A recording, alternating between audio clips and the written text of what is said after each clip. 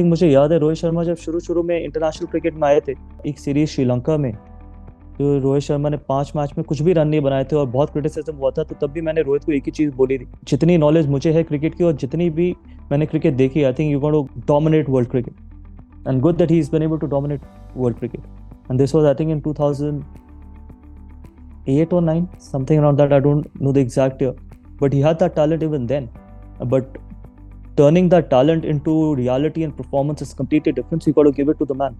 He didn't had a very easy start in international cricket. He had a difficult start in international cricket, and that's one good thing, because when you lead a country, and that also of a size of India, when you do not have a good start, then you start putting other players in your shoes as well. क्योंकि अगर आपका start बहुत आसान होता तो आपको हमेशा ये लगता कि इंटरनेशनल क्रिकेट बहुत आसान है। तो आज रोहित शर्मा को किसी भी यंग प्लेयर जो स्ट्रगल कर रहा होगा उसको ये लगेगा कि अगर मेरे लिए मुश्किल थी तो उसके लिए भी मुश्किल होगा।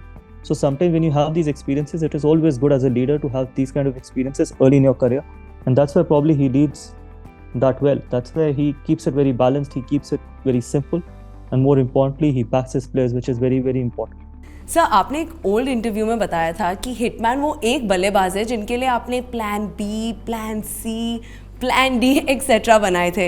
इनफैक्ट सर, आपने ये भी बोला था that as a captain Rohit Sharma was that one batter who gave you sleepless nights. इनके लिए प्लानिंग इतनी डिफिकल्ट क्यों है? Yeah, because he had quality. As simple as it can get. कि अगर किसी खिलाड़ी में क्वालिटी है तो फिर आप और आपकी अपनी असेसमेंट होती है प्लेयर्स के बारे में।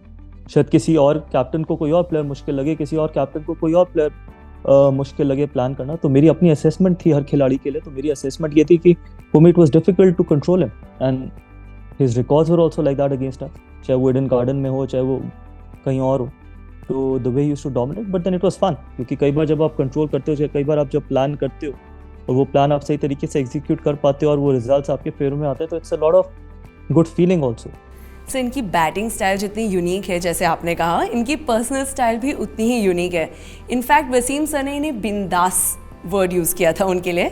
If you had to describe him in one word, वो क्या वर्ड होता? Just a very nice human being, very nice human being, honestly, and that's all I can say. See, मुझे honestly off the field इतना पता नहीं है, but मेरी जितनी भी interactions हुई, he's just a nice boy.